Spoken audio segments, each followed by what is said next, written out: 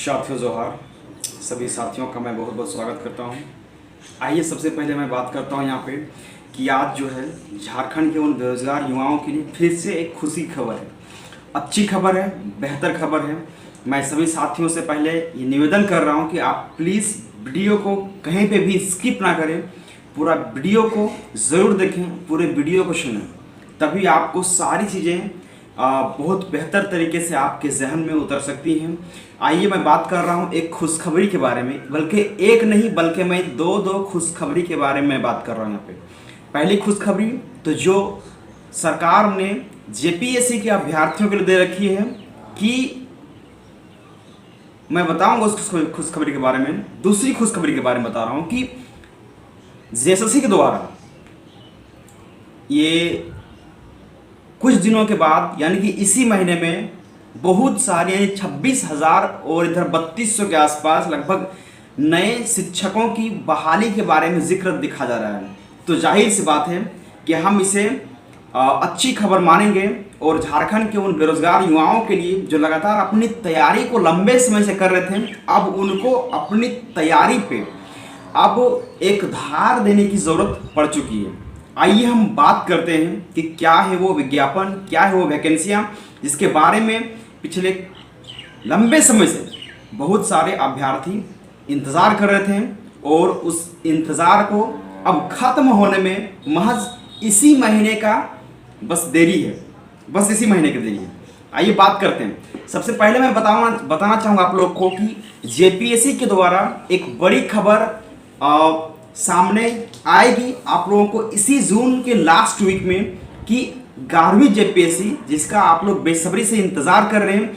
जी हाँ साथियों, आपको पता होगा कि जेपीएससी आयोग ने 10वीं से 7वीं जेपीएससी का जो परीक्षा था उसको संपन्न करा दिया पूरी तरह से। उसकी सभी प्रक्रियाओं को यानी अंतिम चयन तक प्रक्रिया को पूरी कर दी गई है। अब जो है सरकार की ओर से कार्मिक विभाग को आदेश दिया गया है और कार्मिक विभाग की ओर से आयोग को अधियाचना भेजेगी कि उस अधियाचना में जो है जेपीएससी अपना तमाम परीक्षाओं को संपन्न करे और महज सिर्फ एक साल के अंदर में फिर से वो एक बेहतर रिकॉर्ड यानी जिस तरह से 7वीं से 10वीं जेपीएससी को 252 दिनों का रिकॉर्ड देते हुए परीक्षा को संपन्न करा गया, बिल्कुल वैसे ही अब इस 11वीं जेपीएससी की परीक्षा को भी संपन्न कराने को एक आदेश जो है सरकार की ओर से कार्मिक को आएगा और कार्मिक विभाग की ओर से आयोग को जाएगा। यानी कि झारखंड के उन तमाम बेरोजगार युवाओं के लिए जो लगातार जेपीएससी का पिछले वर्ष यानी कि जो पिछला जो एग्ज़ाम हुआ, अगर उसमें आप अगर संपन्न नहीं हो पाए, अगर आप शामिल हुए थे उसके बाद भी अगर आपका चयन अंतिम रूप से नहीं हो पाया, तो उन सभी अभ्यर्थियों के लिए अच्छी खबर है कि वो तैयारी तो लगातार कर ही रहे थे और फिर से लगे हाथ आपका 11वीं जेपीएससी भी सामने आ चुका है। तो बिल्कुल ये बहुत बड़ी खबर है, अच्छी खबर है। और मैं आप लोगों को 1 मिनट के लिए आप लोगों को मैं उस अखबार के कटिंग को पढ़ के सुनाता हूँ, जिसको सुनने के बाद आपको काफ़ी आनंद मिलेगा। देखिए, राज्य सरकार इसी माह आयोग को भेजेगी अधियाचना, ये हेडिंग दिया गया है। 11वीं जेपीएससी की प्रक्रिया इसी माह से होगी शुरू, यानी पूरा इसी माह से किया जाएगा। देखिए क्या बातें करें कि आप लोगों को पता ही होगा कि मैंने सारी बातें आपको बता चुकी है जो अखबार में दिया गया था। बस मैं इतना बता रहा हूं कि जो सीटों की संख्या है वो लगभग पदों की संख्या जो है इस बार 200 आने की संभावना है। हालांकि पिछले बार आयोग की ओर से ये निकाला गया था कि 252 सीटें इस बार भी रहेंगी, लेकिन अभी फिर से अखबारों में देखने को मिल रही है कि 200 सीटें रहेंगी। और कहीं कहीं से ये भी खबरें आ रही हैं कि 200 से सीटों को बढ़ा करके इस बार महज 500 भी किया जा सकता है। यानी कि सीटों की संख्या पिछले बार यानी 7वीं से 10वीं परीक्षा में इतनी थी, उसका दुगना करने की भी संभावनाएं बढ़ रही हैं। और दुगना करने के लिए हमें सरकार के ऊपर दबाव भी बनाना होगा, क्योंकि अगर 200 सीटें देंगी तो जाहिर सी बात है कि ये ऊंट के मुंह में जीरा के समान होगा। राज्य में इतने भयावह स्तर पे बेरोजगारों की संख्या है और उस पर अगर सिर्फ और सिर्फ 200 बहालियां दी जाती हैं जेपीएससी जैसी महज बड़े संस्थानों में, तो जाहिर सी बात है कि ये ऊंट के मुंह में जीरा साबित होगा। और इसीलिए बिल्कुल युवाओं को मैं एक अपील भी करूंगा कि 200 सीट जो आ रहे हैं, अगर आप इसका विरोध नहीं कीजिएगा तो सीटों की संख्या बिल्कुल बढ़ेगी भी नहीं। अगर आप चाहते हैं कि 200 से सीटों की संख्या को बढ़ाते हुए 500 किया जाए तो बिल्कुल आपको एक निर्णायक लड़ाई के लिए तैयार होना चाहिए। महज आप अच्छे और काबिल और होनहार स्टूडेंट हैं तो आपको पता ही होगा कि झारखंड जैसे राज्य में हम कैसे बहालियों को ले सकते हैं। इसके लिए मैं सभी दोस्तों से बोल रहा हूं कि बिल्कुल आप अपनी तैयारी को बहुत ही ज़्यादा पारंगत करने के लिए आप सीटों की संख्या बढ़ाएंगे तो स्वतः आपका जो कंपटीशन है वह इजी हो जाएगा। तो बिल्कुल सीटों की संख्या बढ़ाने के लिए हमें सरकार के ऊपर दबाव भी बनाना है। आगे बात करते हैं क्या लिखा है इस कटिंग में।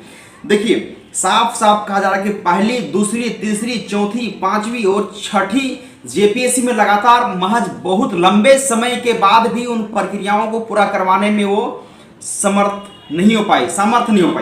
अब यहाँ पे जेपीएससी ने 252 दिनों में 7वीं से 10वीं जेपीएससी को पूरी तरह से कंप्लीट कर रखा है। देखिए आगे बात करते हैं यहाँ पे इसका जो प्रारंभिक परीक्षा होगा ना, प्रारंभिक परीक्षा की जो सूचना हमें मिल रही है वह 31 दिसंबर से पहले का है। ठीक है, यानी कि प्रारंभिक एग्जाम जो होगा हो सकता है कि 18 को हो जाए, 12 को हो जाए, 20 को हो जाए, लेकिन दिसंबर माह में ही इसका एग्जाम होने की संभावनाएं पूरी तरह से है। किसका? तो 11वीं जेपीएससी की प्रारंभिक परीक्षा का मैं बात कर रहा हूं। अगर मैं बात करूंगा इसके रिजल्ट के बारे में तो मार्च महीने से पहले, यानी मार्च का जो महीना है उसी बीच में या तो फिर उससे पहले ही इसके रिजल्ट को पब्लिश कर दिया जाएगा। किस रिजल्ट को?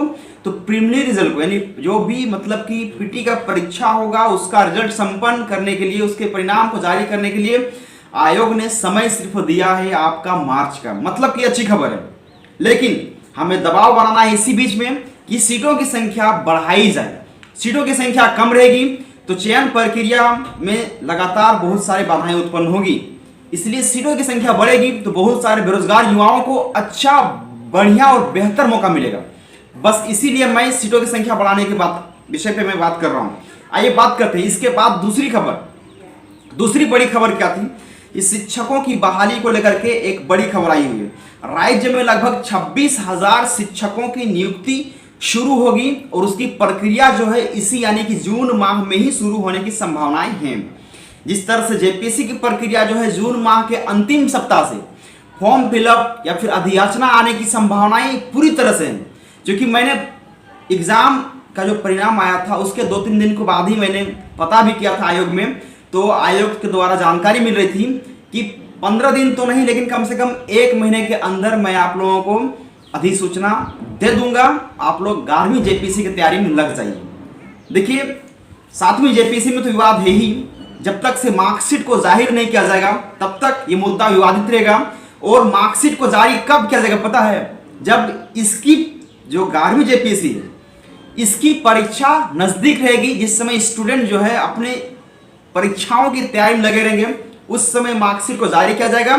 ट्रेनिंग पूरी हो जाएगी तब जारी किया जाएगा और उस समय आपको भी लगेगा ना कि यार तैयारी करूं या फिर सड़क उतर के मैं विरोध करूं, क्योंकि भ्रष्टाचार तो हुआ है। खैर इन सब चीजों को दरकिनार करते हुए हमें आगे बढ़ना है और इसीलिए मैं बता रहा हूं कि 26,000 शिक्षकों की नियुक्ति को लेकर के अधियाचना जो है शिक्षा विभाग की ओर से आयोग को भेजी जा चुकी है। किस आयोग को? तो जेएसएससी को भेजा गया है। झारखंड कर्मचारी चयन आयोग को ये अधियाचना जो है देने को लेकर के निर्देश दिया जा चुका है। कहां से? शिक्षा विभाग की ओर से। आइए हम बात करते हैं यहाँ पे। अब देखिए कह रहा है कि हाई स्कूल और +2 स्कूलों में भी शिक्षक की होगी नियुक्ति। कितने नियुक्त होंगे इस पे भी बात करते हैं। तो कह रहा है कि इस पर मंथन हो रहा है कि करीब 8,000 की नियुक्ति हाई स्कूल में, ठीक है, 8,000 शिक्षकों की नियुक्ति जो है हाई स्कूल में होगी और 3,500 नियुक्ति जो है +2 में होगी और विशेष आवश्यकता वाले बच्चों के लिए यानी 3,200 शिक्षकों की नियुक्ति भी कराई जाएगी। मतलब कि बड़ी बहाली है शिक्षा विभाग की ओर से। तो हम कह सकते हैं कि बड़ी खबर है। ये खबर सुनने के बाद मैं उन तमाम युवाओं को ये बोलूंगा कि आप अपनी तैयारी को बहुत ही ज़्यादा धार दीजिए, क्योंकि तैयारी को धार देने की आवश्यकता पड़ चुकी है। लेवल जो है सबका अलग अलग रहता है। जेपीएससी का लेवल आपको पता ही थोड़ा सा हाई है। उसके साथ साथ अगर आप जेएसएससी की तैयारी कर रहे हैं तो आप सबको सिमिलर लेते हुए चलें। बहुत सारे स्टूडेंट जो है ये दिग्भ्रमित ना रहें कि मुझे केवल जेपीएससी का तैयारी करना है और सीजीएल का छोड़ देना है, एलडीसी का छोड़ देना है, एक्साइज कांस्टेबल का छोड़ देना है। बिल्कुल नहीं। जो भी स्टूडेंट जिनके पास वो चीजें बची हुई है, कंसंट्रेशन आपका एक एग्जाम में भले होगा, लेकिन पहले आप रणनीति बनाते हुए ये एक लेवल तैयार करें कि सिमिलरिटी क्या होगी। जो भी आप समानताएं देखेंगे सारे विषयों का, तो उसमें झारखंड पढ़ना कॉमन है, जीके पढ़ना कॉमन है और साइंस पढ़ना कॉमन है, कंप्यूटर पढ़ना कॉमन है। तो जाहिर सी बात है उसके बाद भी आपका लैंग्वेज पेपर जो होगा ना वो भी कॉमन रहेगा, क्योंकि आप लैंग्वेज पेपर जो सीजीएल का पढ़ोगे, जो एक्साइज कांस्टेबल का पढ़ोगे, जो आप लैंग्वेज पेपर जो पढ़ रहे हो एलडीसी का, वही तो आपको जेपीएससी में भी पढ़ना है ना, तो मतलब कॉमन रहेगा। इसीलिए मैं बोल रहा हूँ कि तैयारी जो है ना सभी चीजों को साथ में लेकर करें। हाँ, प्रीलिम्स के बाद आप विशेष करके जो है आपकी फोकस जो है वो जेपीएससी में होनी चाहिए। हालांकि मैं इस चीज को लेकर के आपके सामने बहुत अच्छे रणनीति के तहत वीडियो बना दूंगा कि किस में क्या करना है, किस चीज को कब और कितना प्राथमिकता देने की आवश्यकता है आपको। फिलहाल आपको मैंने वो सारी जानकारी दी है और आपके लिए अच्छी खबर है, बढ़िया खबर है कि जेपीएससी की ओर से हमें अगला अधियाचना यानी 11वीं जेपीएससी का अधियाचना जो है जून के अंतिम सप्ताह में मिल जाएगा। और इस अधियाचना के बाद हमारे पास फिर से एक अधियाचना जो है शिक्षा विभाग की ओर से आ रही है, जो जेएसएससी द्वारा जारी किया जाएगा। मतलब कि बहुत सारी बहालियां हमारे पास आएंगी। हमारे पास तैयारी करने के लिए पर्याप्त समय भी है। हम समय रहते हुए सारी तैयारियों को पूरा कर लें। बस सभी साथियों को मैं ढेर सारी शुभकामनाएं देता हूं और मैं बता रहा हूं कि जेपीएससी में लंबे समय तक से लड़ा गया, लंबे समय तक से स्ट्रगल किया गया, उन तमाम भ्रष्ट नीतियों का, तमाम धांधलियों का विरोध किया गया है, तभी जाकर के इतने साफ और स्पष्ट और बहुत ही फेयर सिलेक्शन का हमें जो चीजें हैं दिख रही हैं। हालांकि पूरा फेयर सिलेक्शन इसमें नहीं है, मैं जानता हूं इस चीज को और दावे से मैं बोलूंगा इस चीज को कि 100% फेयर नहीं है, 50% भी फेयर नहीं है। हालांकि इस चीज का खुलासा तब होगा जब मार्कशीट को, तब सारी चीजें सामने आएंगी। दूध का दूध और पानी का पानी होगा। फिलहाल मैं सभी साथियों से गुजारिश करता हूं कि आप इस वीडियो को शेयर करें, लाइक करें। और क्योंकि अब मैं आपके साथ जुड़ चुका हूं, अगर आप सारे चीज़ों को जानना चाहते हैं, टेलीग्राम में जुड़ना चाहते हैं, अगर हमसे आप पढ़ना चाहते हैं, उन तमाम साथियों से पढ़ना चाहते हैं जो हमारे साथ एक विशेषज्ञ टीम के रूप में काम कर रहे हैं, तो प्लीज़ आपसे अनुरोध है कि आप इस चैनल को सब्सक्राइब भी करें, लोगों तक शेयर भी करें।